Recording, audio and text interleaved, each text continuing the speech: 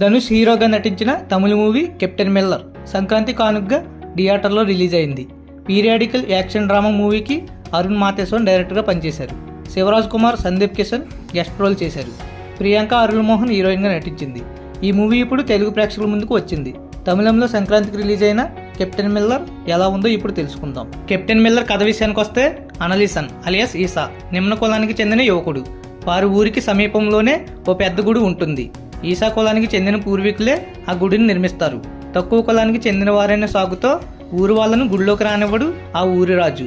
అంటరానితనంపై ఈసా అన్న సెంగోలన్ శాంతియుత పోరాటం చేస్తుంటాడు. కుల వివక్షను భరించలేకపోతాడు ఈసా. గౌరవ మర్యాదల కోసం బ్రిటిష్ ఆర్మీలో చేరుతాడు. అక్కడ అతడి పేరు కెప్టెన్ మిల్లర్గా మారుతుంది. ట్రైనింగ్ పూర్తి చేసుకున్న ఈసాకు పోస్ట్ డ్యూటీలోనే శాంతియుతంగా పోరాటం చేస్తున్న వందలాది మంది భారతీయుల్ని కాల్చి చంపమని బ్రిటిష్ వారు ఆర్డర్ వేస్తారు. ఈసా అయిష్టంగా ఆ పని పూర్తి చేస్తాడు. తప్పు చేశాననే పశ్చాత్తాపంతో బ్రిటిష్ అధికారిని చంపి ఊరికి పారిపోతాడు. ఈసా కాల్చి చంపిన భారతీయుల్లో తన అన్న సెంగోలన్ కూడా ఉన్నాడని ఊరు వాళ్ళు చెబుతారు. కెప్టెన్ మిల్లర్ను ఊరిలోకి అడుగు పెట్టడానికి వారు ఒప్పుకోరు. ఆ తర్వాత కన్నయ్య గ్యాంగ్లో చేరతాడు. మరోవైపు మిల్లర్ ఊర్లో ఉన్న గుడిలో రహస్యంగా దాచిపెట్టబడిన విలువైన కిరీటంతో కూడిన ఒక పెట్టెను అక్రమంగా తమ దేశానికి తరలించడానికి బ్రిటిష్ వారు ప్లాన్ చేస్తారు. వారి దగ్గర నుంచి మిల్లర్ ఆ బాక్స్ను కొట్టేస్తాడు. ఆ పెట్టెను తీసుకుని సిలోన్ పారిపోవాలని అనుకుంటాడు. ఎలాగైనా మిల్లర్ దగ్గర నుంచి ఆ బాక్స్ని తీసుకోవాలని భావించిన బ్రిటిష్ ఆర్మీ ఆఫీసర్ అతడు ఊరి ప్రజలందరినీ బంధించి చంపేస్తుంటాడు. ఊరి ప్రజలను కాపాడుకోవడానికి మిల్లర్ వెనక్కి వచ్చాడా? తమ ఊరి వాళ్ళు గుడిలో అడుగు పెట్టాలనే తల్లి కలను మిల్లర్ ఎలా నెరవేర్చాడు? మిల్లర్పై ప్రతీకారం కోసం 700 మంది బెటాలియన్తో వచ్చిన బ్రిటిష్ అధికారిని మిల్లర్ కన్నయ్య గ్యాంగ్ ఎలా ఎదిరించింది? నిజంగానే మిల్లర్ అన్న సెంగోలన్ చనిపోయాడా? వేలుమతి ఈసాను ద్వేషించడానికి కారణం ఏమిటి?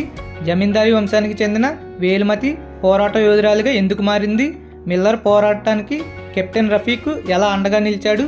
బ్రిటిష్ వారి నుంచి మిల్లర్ కొట్టేసిన బాక్స్లో ఏముంది అన్నదే కెప్టెన్ మిల్లర్ స్టోరీ. అంటరానితనం, కుల వివక్షతో పాటు సమాజంలో నిమ్న వర్గాలు ఎదుర్కొంటున్న అణచివేత బ్యాక్గ్రౌండ్లో కోలీవుడ్లో చాలా సినిమాలు వచ్చాయి. పారంజిత్, వెట్రిమారన్, మారీ సెల్వరాజ్తో పాటు కొంతమంది డైరెక్టర్స్ అణగారిన వర్గాల వారి గురించి సినిమాలు చేసి ప్రేక్షకుల్ని మెప్పించారు. అయితే ఈ కథలన్నీ ఇప్పుడున్న సొసైటీ ఎలా ఉంటుంది అనే దాని మీద తీసినవి. కానీ కెప్టెన్ మిల్లర్తో డైరెక్టర్ అరుణ్ మాతేశ్వరన్ బ్రిటిష్ కాలంలో ఈ కుల వివక్ష ఎలా ఉండేది, తక్కువ కులం వారిని రాజవంశస్థులు, బ్రిటిషర్లు ఎలా చిన్న చూపు చూసేవారు, తమ అవసరాల కోసం ఏ విధంగా వాడుకున్నారన్నది చూపించాడు. గుడిని కట్టడానికి పనికొచ్చిన తక్కువ కులస్తులు గుడిలో అడుగు పెట్టడానికి ఎందుకు అనర్హులుగా మారారు అనే పాయింట్తోనే కెప్టెన్ మిల్లర్ కథను మొదలుపెట్టాడు డైరెక్టర్ అరుణ్ మాతేశ్వరన్. గుడిలో అడుగు పెట్టాలనే వారి కళ ఈసా అనే యువకుడి ద్వారా ఎలా నెరవేరిందన్నది యాక్షన్, డ్రామా, దేశభక్తి, సోషల్ మెసేజ్ జోడించి సినిమాలో చూపించారు. బ్రిటిష్ బ్యాక్ డ్రాప్ కెప్టెన్ మిల్లర్కు ప్లస్ అయింది.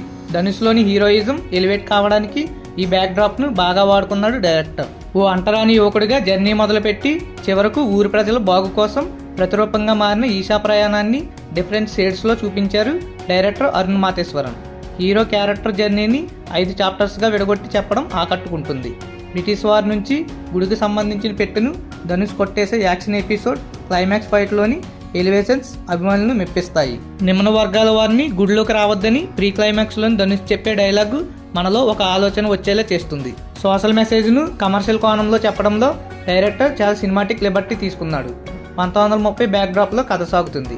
కానీ ధనుష్ స్టైలిష్ బైక్స్, గాగుల్స్ వాడటం, ప్రజెంట్ ట్రెండ్ గన్స్ ఉపయోగించడం లాజిక్స్కు దూరంగా ఉన్నట్లుగా అనిపిస్తుంది.